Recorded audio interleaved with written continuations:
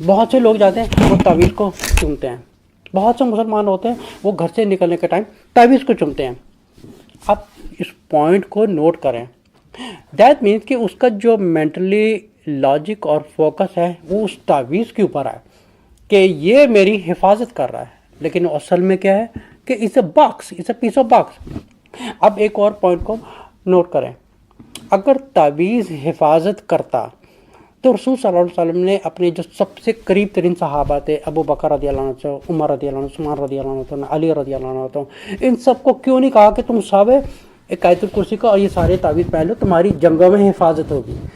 اگر تعویذ حفاظت کرتا تو پھر جنگوں میں اللہ رسول صلی اللہ علیہ وسلم نے خود کیوں نہیں پہنا اور دوسروں کو کیوں نہیں پہننے دیا؟ ٹھیک ہے، سب کو کیوں نہیں کہا کہ تم یہ تعویذ پہن لو تمہاری حفاظت ہوگی؟ تو دس از دا شرک،